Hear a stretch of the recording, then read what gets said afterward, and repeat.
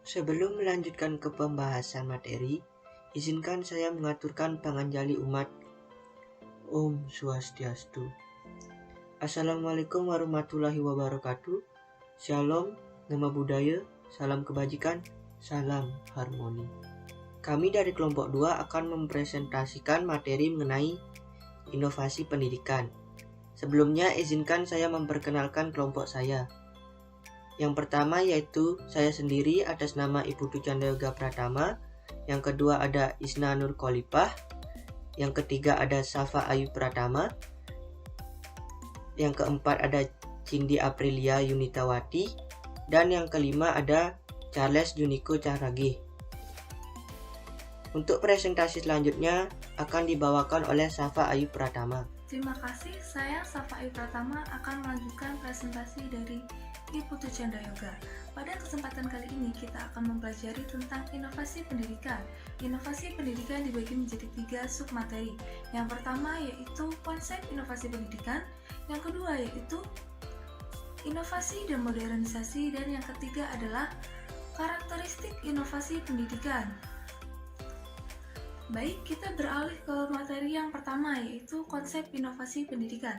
Konsep inovasi pendidikan dibagi menjadi 2. Yang pertama yaitu pengertian inovasi dan yang kedua yaitu pengertian inovasi pendidikan. Baik, selanjutnya kita akan ke materi yang pertama yaitu pengertian inovasi. Pengertian inovasi ini dibagi menjadi 2 yaitu invention dan discovery. Invention sendiri berarti menemukan sesuatu atau dengan kata lain yaitu hasil karya, sedangkan discovery adalah penemuan sesuatu atau dengan kata lain benda yang sudah ada atau sesuatu yang sudah ada sebelumnya. Menurut Idris dan Lisma Jamal, inovasi diartikan sebagai suatu bentuk perubahan baru menuju arah perbaikan dan berencana, atau dapat dikatakan bahwa perubahan yang terjadi tidak secara kebetulan. Kemudian, menurut Wojo Wasito dan Santoso S. Hamijoyo, inovasi diartikan sebagai segala hal yang baru atau pembaruan. Sedangkan menurut KBBI, inovasi diartikan sebagai suatu pemasukan, suatu pengenalan hal baru, penemuan baru yang berbeda dari penemuan yang sudah ada sebelumnya. Kemudian, kita akan membahas mengenai pengertian inovasi pendidikan. Inovasi pendidikan adalah inovasi untuk memecahkan masalah dalam pendidikan. Inovasi pendidikan berhubungan dengan komponen sistem pendidikan. Inovasi pendidikan dalam arti sempit yaitu tingkat lembaga pendidikan, sedangkan dalam arti luas yaitu sistem pendidikan nasional. Kemudian yaitu tantangan dalam bidang pendidikan. Yang pertama yaitu bertambahnya jumlah penduduk yang begitu cepat dan keinginan untuk mendapatkan pendidikan, sehingga secara tidak langsung masyarakat menuntut untuk adanya fasilitas yang menunjang kegiatan pendidikan tersebut. Yang kedua yaitu berkembangnya ilmu pengetahuan yang modern. Kemudian kita lanjut kepada istilah dalam inovasi pendidikan. Yang pertama yaitu baru atau belum dipahami. Yang kedua yaitu kualitatif, pengaturan kembali unsur-unsur pendidikan. Yang ketiga adalah hal, komponen atau aspek pendidikan. Yang keempat adalah kesenjangan, perkembangan baru. Yang kelima yaitu meningkatkan kemampuan, uang atau dana, sarana, struktur, dan prosedur organisasi. Sedangkan yang keenam yaitu tujuan, harus jelas dan tepat sasaran. Yang kemudian yaitu contoh-contoh inovasi pendidikan menurut BEMAS. Yang pertama yaitu pembinaan personalia, yang dapat diartikan yaitu menentukan personal sebagai komponen sistem. Yang kedua yaitu banyaknya personal dan wilayah kerja, seperti contohnya yaitu jumlah rasio guru. Dan yang ketiga yaitu fasilitas fisik, seperti pendayaan gunaan sarana, seperti kursi yang ditempati oleh 1 orang siswa. Kemudian yang keempat yaitu pendaya gunaan waktu, yaitu pengaturan waktu belajar, seperti berapa menit 1 kali pertemuan oleh guru tersebut. Yang kelima yaitu perumusan tujuan, perubahan tujuan pendidikan sesuai rumusan yang telah ditentukan dan disepakati bersama. Kemudian yang keenam yaitu prosedur, penggunaan kurikulum baru, pengajaran individu, kelompok, dan sebagainya. Yang ketujuh yaitu peran yang diperlukan, peranan yang sesuai adalah peranan guru sebagai memakai media dan tim teaching. Yang kedelapan yaitu wawasan dan perasaan, wawasan pendidikan seumur hidup, perasaan cinta pekerjaan guru. Dan yang kesembilan yaitu untuk hubungan antar bagian atau mekanisme kerja, perubahan hubungan kerja antara fakultas, jurusan, dan lain-lain. Yang ke-10 yaitu hubungan dengan sistem yang lain, misal saat kegiatan kesehatan berhubungan dengan Departemen Kesehatan, begitu juga dengan pendidikan. Maka kegiatan pendidikan maka akan berhubungan dengan Departemen Pendidikan. Yang ke-11 yaitu strategi, tahapan dalam mencapai tujuan inovasi pendidikan, yaitu ada desain, kesadaran, dan perhatian, evaluasi, dan percobaan. Untuk presentasi selanjutnya akan dibawakan oleh Cindy Aprilia Yunitawati. Terima kasih, saya Cindy Aprilia Yunitawati akan melanjutkan presentasi dari Syafa Ayu Pratama. B. Inovasi dan modernisasi. Ensinter berpendapat bahwa modernisasi adalah proses perubahan sistem sosial, ekonomi, dan politik yang telah berkembang di Eropa Barat dan Amerika Utara sejak abad 17 sampai abad 19 dan juga telah berkembang di Eropa. Interes mengemukakan secara detail tentang ciri-ciri manusia modern berdasarkan penelitiannya pada masyarakat yang industrinya lebih maju, bersikap terbuka terhadap pengalaman baru, menerima perubahan. 2. Selalu bersiap menghadapi perubahan sosial, menerima perubahan di masyarakat. 3. Berpandangan luas mau menerima pendapat orang lain yang berpendapat.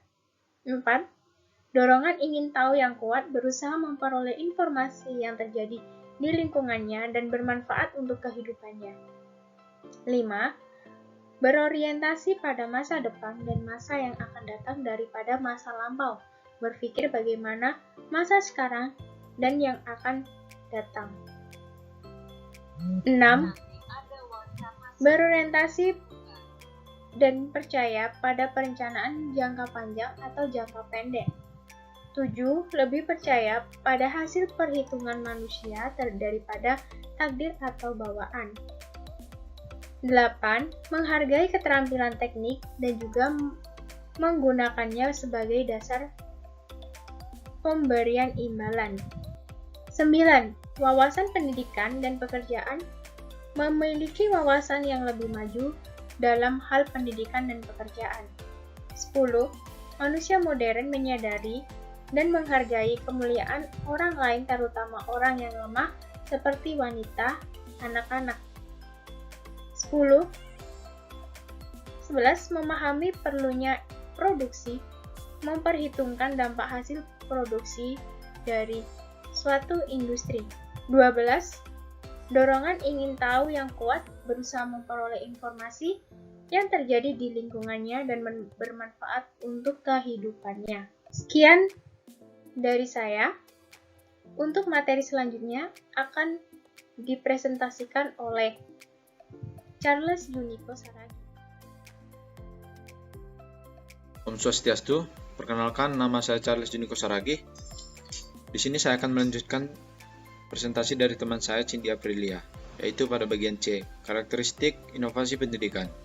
Everett M. Rogers mengemukakan karakteristik inovasi pendidikan yang dapat mempengaruhi cepat atau lambatnya penerima inovasi, yaitu sebagai berikut. Yang pertama itu keuntungan relatif, yaitu sejauh mana inovasi dapat dianggap menguntungkan bagi penerimanya. Tingkat keuntungan atau kemanfaatan suatu inovasi dapat diukur berdasarkan nilai ekonominya, atau mungkin nilai status sosialnya, kesenangan, dan kepuasan.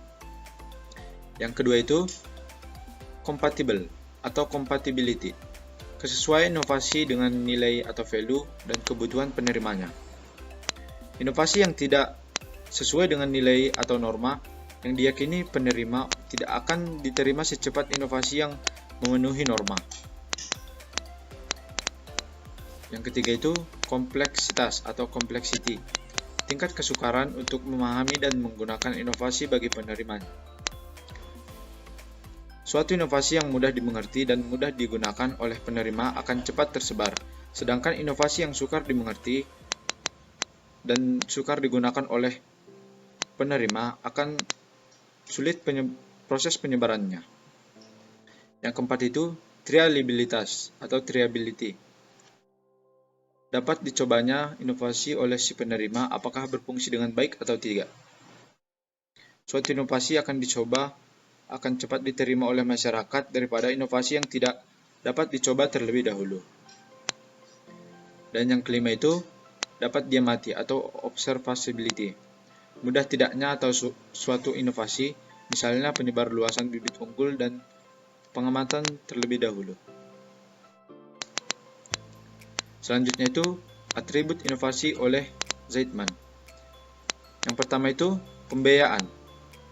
Cepat lambatnya penerimaan inovasi dipengaruhi oleh pembiayaan, baik itu pembiayaan awal ataupun pembiayaan akhir. Balik modal. Atribut ini hanya ada dalam inovasi di bidang perusahaan atau industri. Artinya suatu inovasi akan dapat dilaksanakan kalau hasilnya dapat dilihat sesuai dengan modal yang telah dikeluarkan. Yang ketiga itu efisiensi. Inovasi akan cepat diterima jika ternyata pelaksanaan dapat menghemat waktu dan juga terhindar dari masalah atau hambatan. Yang keempat itu risiko dan ketidakpastian. Inovasi akan cepat diterima jika mengandung risiko yang sekecil-kecilnya bagi penerima inovasi. Yang kelima itu mudah dikomunikasikan, yaitu inovasi akan cepat diterima bila isinya mudah dikomunikasikan dan mudah diterima klien. Yang keenam itu kompatibilitas. Cepat lambatnya penerimaan inovasi tergantung dari kesesuaian dengan nilai-nilai atau value masyarakat. Yang ketujuh itu kompleksitas, yaitu inovasi yang didapat mudah digunakan oleh klien atau penerima. Yang ke-8 itu status ilmiah. Suatu inovasi yang mudah dimengerti dan mudah digunakan oleh penerima akan cepat tersebar.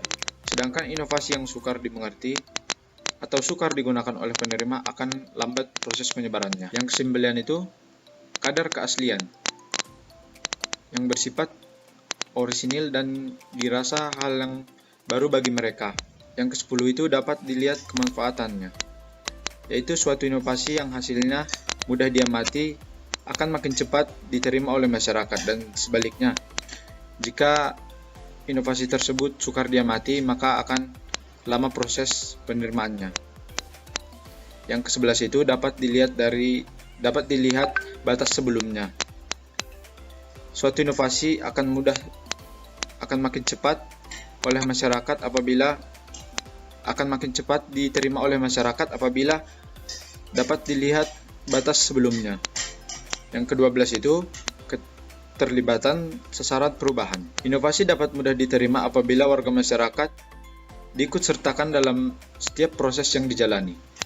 Yang ke-13 itu hubungan interpersonal. Hubungan interpersonal ini, jika hubungan interpersonal baik, dapat mempengaruhi temannya untuk menerima inovasi. Dengan hubungan yang baik, maka orang yang menentang akan menjadi bersikap lunak. Yang ke-14 itu kepentingan umum atau pribadi. Inovasi yang bermanfaat untuk kepentingan umum akan lebih cepat diterima daripada inovasi yang ditujukan pada kepentingan sekelompok orang saja. Yang ke-15 itu penyuluh inovasi. Untuk melancarkan hubungan dalam usaha, mengenalkan suatu inovasi kepada organisasi, sampai organisasi mau menerima inovasi, diperlukan sejumlah orang yang diangkat menjadi penyuluh inovasi. Sekian presentasi dari kelompok kami. Jika ada salah katanya, saya mohon maaf. Saya akhiri. Wassalamualaikum warahmatullahi wabarakatuh. Om Santi Santi Santi Om.